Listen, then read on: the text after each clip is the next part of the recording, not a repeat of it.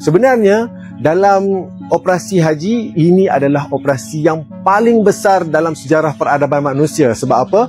Dalam sejarah peradaban manusia, ibadah haji inilah ibadah situasinya di mana perubahan jumlah populasi yang terbesar di dunia berpindah dari satu tempat ke satu tempat. Biasanya jemaah haji akan bergerak dari Mekah ke Arafah, kemudian ke Muzdalifah dan di Mina. Ini adalah persediaannya di Mina bagaimana tabung haji bersama dengan syarikat pengelola Holiday Inn Bekah menyediakan tempat ini untuk memastikan jemaah-jemaah berada dalam keadaan yang selesa dan terus boleh memberikan fokus mereka kepada ibadah untuk berada di Mina. Dan ini adalah situasinya di Mina sebab ini bukan sahaja tempat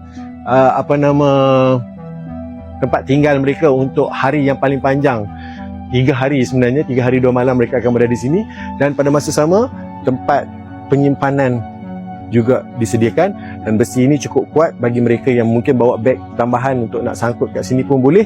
Itu antara benda yang boleh kita nantikan, dan saya sebenarnya secara peribadi sangat teruja untuk melihat benda ini. Selama ni apa yang kita boleh bayangkan ia hanyalah dapat dilihat di TV sahaja. Apabila kita dapat melihatnya secara bersemuka ataupun di depan mata sendiri, ianya cukup mengujakan sebab kita tinggal kurang 10 hari lagi mungkin untuk sampai ke hari Arafah, dan selepas hari Arafah semua jemaah haji Malaysia dan dunia akan terus bergerak ke Mina untuk melengkapkan ibadah haji mereka.